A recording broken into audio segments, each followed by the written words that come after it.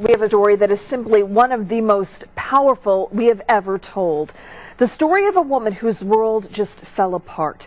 Her children shot and killed by their own father, a man who swore to protect the public. Tonight, in her first television interview, Leigh Ann Dyal is telling her emotional story to problem solver Donald Forbes. Leigh Ann Dyal's life was shattered in October 2005. She lived through a hellish nightmare few could imagine, but she wants everyone to know, no matter what horrors life throws at you, you can make it through. You can survive even the darkest of days. I made deals with the devil just to have him come back for one day. Just one day. Please, let me have my children for one more day. And they're not here, and they'll never be here. And I've had to accept that. And it's the hardest thing. People say the hardest thing you ever do is bury your children. They are 100% correct. She was just 10 years old, Elyse and Terry, a little girl who loved to dance. Ian Tyler Terry was just 8 years old, a little boy who excelled in gymnastics, a happy-go-lucky brother and sister whose lives ended at the hands of their own father. Never in my wildest dreams would I have ever thought he would have taken a gun and shot them in the head. Orange County Detective Paul Terry, a 14-year veteran with the Sheriff's Office and estranged husband of Leigh Ann, used his own department-issued pistol to murder his children in the couple's bed. It's believed he wandered the Windermere home for 12 hours before he put the gun to his own head and killed himself. I wonder which one he shot first. Did my other child wake up?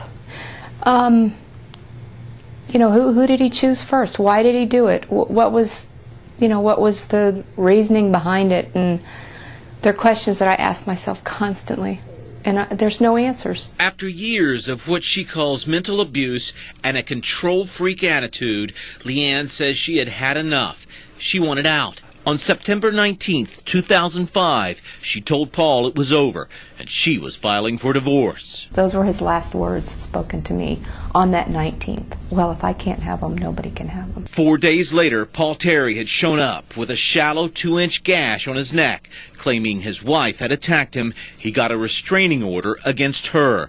That court order awarded Paul Terry temporary custody of the children and of the couple's home. Just 2 weeks later, he and her children were dead. I had to bury my children because somebody took it upon themselves to do whatever they could to ruin my life, just because they could. 3 years later, she is finally able to speak about surviving the unfathomable.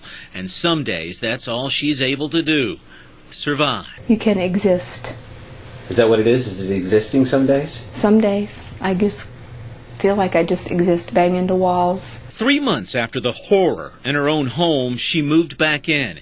She completely renovated the master bedroom where she and her new husband still sleep.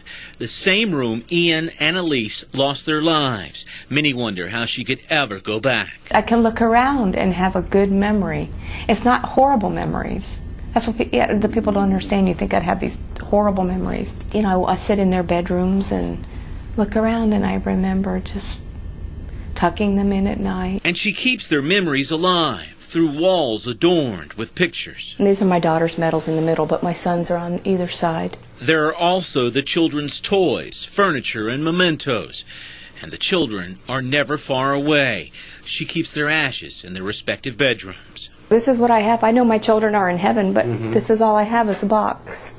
And I don't even know what to do with their urns. Or I'm at such a loss. I'm trying to, everybody says, well, you have to move on. And, it's very difficult. Things I can't dwell on are things like, I will never be a grandmother. Never. My daughter will never go to the prom.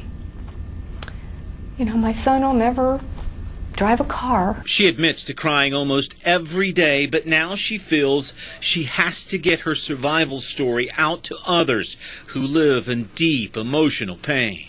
And I want to give hope to people that and I want to honor my children that I can survive. You can survive. People can survive a catastrophic loss. How can you survive? You talk to yourself every day. You force yourself to get out of bed. That's a big step. Because there are many days I want to stay in bed. Leigh Ann has given up blaming herself, second-guessing what she could have done to save Ian and Elyse. She never turned to alcohol or drugs to help subvert the pain. She says she never considered suicide because she believes she would never be able to see her kids again. 3 years later, I know that I am going to see my children again in heaven.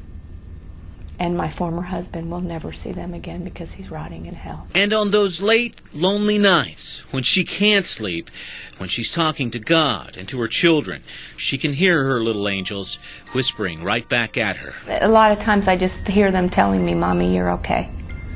We're okay. We're okay. You're going to be okay. Just unbelievable, Donald. Hard to imagine the pain and the emptiness that she's enduring. Why did she decide to come out with her story now? Well, first, because we asked her to, but it was just 6 months ago. She told us she would never have been able to speak to us about this. Now she really hopes her story can lift someone who's struggling right now with life, to remind anyone and everyone there is hope out there, no matter how small the glimmer of light might be. An incredible amount of resilience on her part. Absolutely. A very, very tough woman. And hopefully other people can learn from this and it will help others watching. That's why we're telling the story. Donald, thank you. Mm-hmm.